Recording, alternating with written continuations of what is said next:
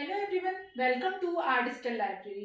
हम लोगों ने रसशास्त्र का यंत्र टॉपिक स्टार्ट किए थे, जिसमें हम परिभाषा, जो भी इम्पोर्टेंट डेफिनेशंस है आपको याद करने हैं श्लोक्स, और दूसरे तीन यंत्र हम देख चुके थे, दोला यंत्र, स्थाली यंत्र और डमरू यंत्र।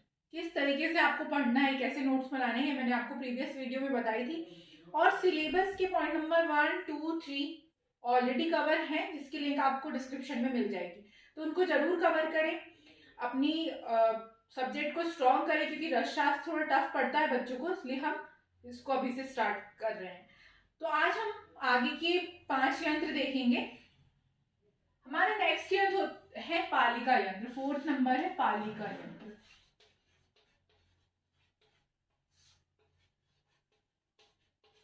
देखिए, बहुत आसान है, मैंने बताई थी कि आपको पॉइंट वाइज लिखना है और डायग्राम से समझना है। तो सबसे पहले हमको लोहे का पहला पॉइंट आएगा, लोहे का एक गोल प्याला लीजिए। प्याला यानी आप कटोरी टाइप समझ सकते हैं। हमने लोहे का एक प्याला ले लिया, फर्स्ट पॉइंट है। सेकंड पॉइंट आपको बनाना है जिसमें एक खड़ा दंड लगा हो। इसमें हमने खड़ा दंड लगा दिया, ठीक है।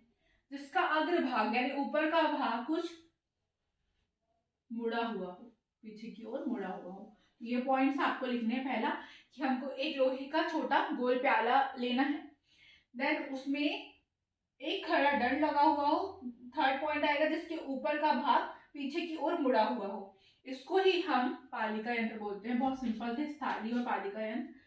तो ये आपने देखे होंगे तेल वेल निकालने के लिए जो हम जनरली यूज करते हैं। तो इसका यूज कहाँ है? सबसे पहले बाली जारण यानी गंधक की, बाली मीन्स होता है गंधक, तो गंधक की जारण के लिए। सेकंड इसका यूज है परपटी निर्माण।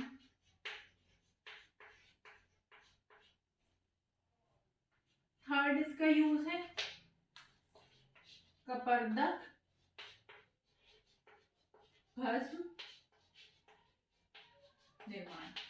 तो इस तरीके से आपको लिखना है। कोई भी यंत्र आ सकते हैं, तो छोटा बड़ा इजी टफ ये नहीं समझना है हमको, सिर्फ पॉइंट वाइज याद रखना है। सबसे पहले इसका नाम लिखेंगे आप, नेक्स्ट लिखेंगे इसकी स्वरूप लिख सकते हैं, विधि लिख सकते हैं, वॉटेवर कि कैसे ये बना हुआ है। थर्ड पॉइंट आता है डायग्राम, आपको बनाना है पहले।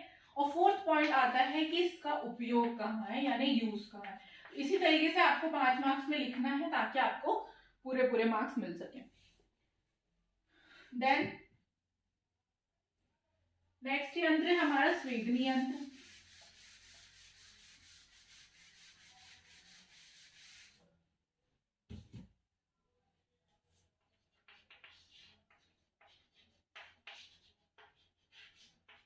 स्वेदनी यंत्र फर्स्ट पॉइंट आएगा कि मिट्टी का एक घड़ा ले। नोट्स खुद प्रिपेयर करते जाएं, जितना मैं डेली पढ़ा रही हूँ, क्योंकि आप जब तक नोट्स प्रिपेयर नहीं करेंगे आपको समझ में नहीं आएगा। यंत्र में बहुत कंफ्यूजन रहता है। हमने एक मिट्टी का घड़ा रख लिया, इसमें सेकंड पॉइंट है ये कुछ खाली रखते हुए, थोड़ा सा आपको खाली रख देना है और जल भर देना है। ये है जल। थर्ड पॉइंट क्या है? थर्ड पॉइंट है इसके मुख पर एक हमको स्वच्छ और मजबूत वस्त्र को बांध देना है, मतलब एक कपड़ा लगा बांधना है। मान लीजिए ये कपड़ा हमने इसमें बांध दिए अच्छी तरीके से। अब फोर्थ पॉइंट क्या आया कि वस्त्र के ऊपर आपको कुछ भी, जिस भी द्रव्य का आपको स्वेदन करना है उसको इसके ऊपर रख देना है। यह है द्रव्य, ये था कपड़ा या वस्त्र, जो भी आप समझ सकते हैं। नेक्स्ट पॉइंट आएगा कि इसको आपको अच्छी तरीके से शराब से ढक देना है। शराब यानी होता है एक मिट्टी का ऐसा प्याला टाइप, यानी टोटली ये वस्त्र के ऊपर फिट हो जाए और ये चीज ढक जाए, कवर अप हो जाए ऐसे, मतलब ये शराब से ढक दिया गया। नेक्स्ट पॉइंट आएगा कि जो भी अपन यहाँ पे संधि बंधन कर देंगे ताकि पैक हो जाए, फिर इस हांडी को आपको अग्नि पर चढ़ा देना है। तो मेथड क्या थी? पॉइंट्स में जिस तरीके से बोल रहे हैं आपको वैसे ही लिखना है। एक मिट्टी की हांडी लेना है, उसमें आधा कुछ पार्ट छोड़ते हुए जल भर देना है। देन हांडी के मुख पे एक स्वच्छ वस्त्र बांधना है। स्वच्छ वस्त्र के ऊपर जो आपके स्वेदन के द्रव्य है उसको रखना है, ऊपर से शराब से ढकना है, अच्छी तरीके से संधि बंधन करके इसको अग्नि पर चढ़ा देना है। तो ये हो जाएगा स्वेदनी यंत्र। अब नाम से ही पता चल रहा है कि इसमें जितने भी कठिन या सूखे हुए द्रव्य होंगे ना, शुष्क द्रव्य, उसके स्वेदन के लिए हम यूज करते हैं, शुष्क द्रव्य के स्वेदन के लिए, पहला पॉइंट। देन सेकेंड, शैथिल्यकरणार्थ। शैथिल्यकरणार्थ का अर्थ हो रहा है कि यहाँ पर हम इसको गंधक शोधन के लिए यूज करते हैं। जब आप गंधक का शोधन पढ़ेंगे डिटेल में तो वहां पर आप देखेंगे कि हम स्वेदनी यंत्र का यूज करते हैं। तो ये था आपका सेकेंड यंत्र, बहुत इंपॉर्टेंट है, आता है एग्जाम में। नेक्स्ट देखते हैं, थर्ड नंबर का यंत्र होगा आपका बालू का यंत्र। ये तो सबसे ज्यादा यदि यंत्र में कोई चीज यूज होती है या फिर अर्थशास्त्र में, तो यहाँ पर हम बालू का यंत्र मतलब यूज करते हैं जनरली। तो इसमें आपको किस तरीके से करना है, बालू का यानी होता है रेत। देखिए, सबसे पहले एक कांच की सीसी लेनी है, 20 औंस की कांच की सीसी, ये थी कांच की सीसी। अब इसमें इसके ऊपर 1 अंगुल मोटी 7 बार कपड़ मिट्टी कर सुखा लेना है। यानी इसके ऊपर अपन मुल्तानी मिट्टी की 7 बार ऐसे लेयर करेंगे कि ये बहुत मजबूत हो जाए, ये कांच आग को सहन करने योग्य हो जाए। फर्स्ट पॉइंट था हमारा कि 20 औंस की एक कांच की सीसी लें, उसके ऊपर 7 बार कपड़ मिट्टी कर दें। अब इस सीसी को आपको 3 भाग पारद युक्त औषध से भरना है। 3 भाग यानी 1/4 छोड़ दो, ऊपर का 3 भाग आपने किससे भर दिए, पारद युक्त औषध से। नेक्स्ट पॉइंट हो गया आपका। अब क्या करना है, तो ये हमारा पहला स्ट्रक्चर हो गया। अब आपको एक बाल्टी नुमा स्ट्रक्चर लेना है, बाल्टी, ठीक है। बाल्टी में सबसे पहले आपको नीचे के तल भाग में 2 अंगुल ऊपर तक रेत भर देनी है, 2 अंगुल ऊपर तक रेत भरना है आपको।